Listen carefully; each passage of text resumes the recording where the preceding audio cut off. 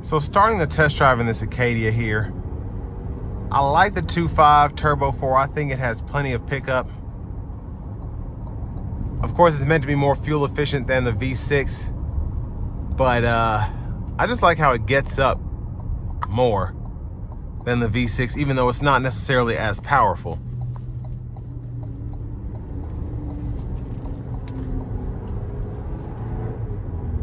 Now it does have kind of a weird grunt to it as it shifts, especially when it's cold, but it doesn't really bother me.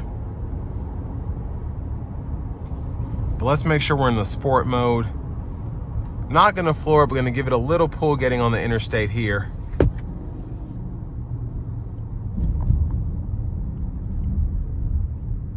Here we go.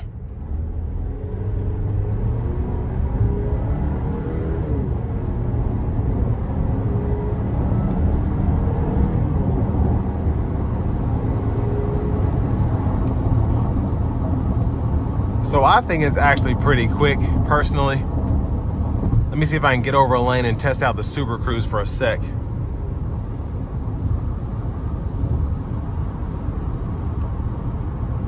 So there we have the Super Cruise enabled, lane centering, adaptive cruise, and my favorite part, hands-free. But I want to give a huge thanks to Chevrolet Buick GMC of Murfreesboro for allowing me to review this Acadia today. I'll leave a link below in the description.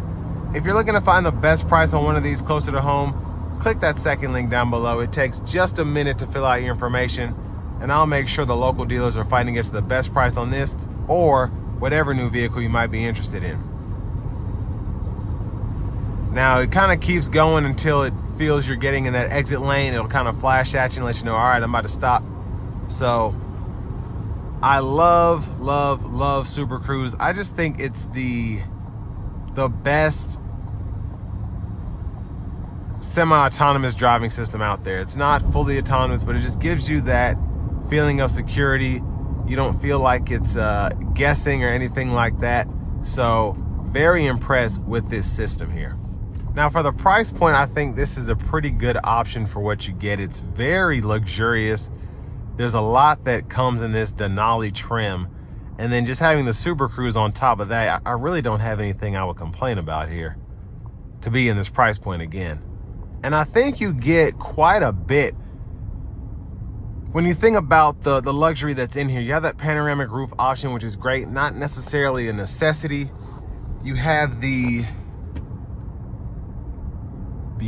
beautiful new screen here that has really grown on me. I like that it's in the dash, and it kind of just, it was almost like this was an afterthought after everything was done. It's not like the vehicle was built around this tablet size screen, but it fits in there just beautifully. It's really nice.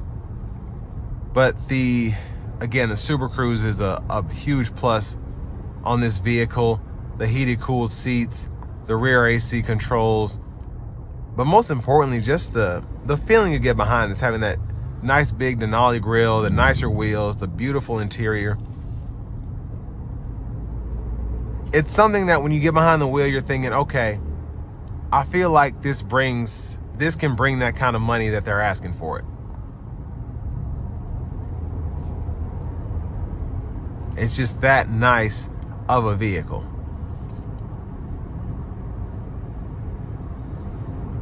Now visibility wise, it's pretty good in here. This hood up front, you can barely see it. Not necessarily impeding my view, but it is noticeable.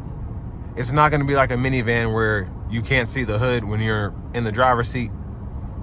But again, it's not taking up too much space there. Visibility in here is pretty good. You have the blind spot monitors, the rear camera mirrors, but then also the back window is a decent size. The third row headrest barely cut into that big piece of glass there. I'm talking like barely. But again, visibility wise, very good on the back end. And even though the A-pillars are taken up, you don't have a window here or anything like that, it's still not a big deal in my opinion. Most importantly, I think you get something that you're gonna like driving, but that you're gonna feel good in. It's, again, a good looking SUV. GM knocked it out of the park with the new Enclaves, the new Acadias. Most importantly, the new Traverses are just a huge upgrade from the outgoing models. And you know, this Acadia, it's nice. Again, very nice. What you'd expect from a Denali. And with all that being said, this will bring me to the end of my review of this 2026 GMC Acadia Denali.